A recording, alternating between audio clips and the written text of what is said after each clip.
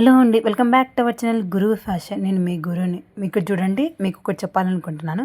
ఈ మేక చూడండి ఎలా నడుస్తుందో. మీరు ఎప్పుడైనా ఇలాంటి నడచగల మేకలను చూస్తారా? నా లైఫ్‌లో అయితే నేనైతే చూడలేదండి. ఫస్ట్ టైం అనమాట ఇట్లా నడచడము.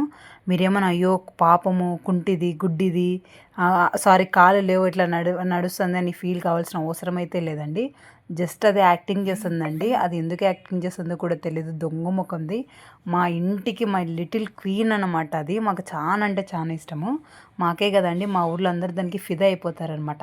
ఎందుకంటే చూడండి ఎంత చిన్నగా ఉందో. ఫస్ట్ టైం అనమాట ఇలాంటి చిన్న చిన్న మేక ఉండడం మా ఊర్లో. మాతో పాటే మా మంచంలో పడుకుంటుందండి. మేము ఎక్కడ పడుకుంటే అది అక్కడే పడుకుంటుంది.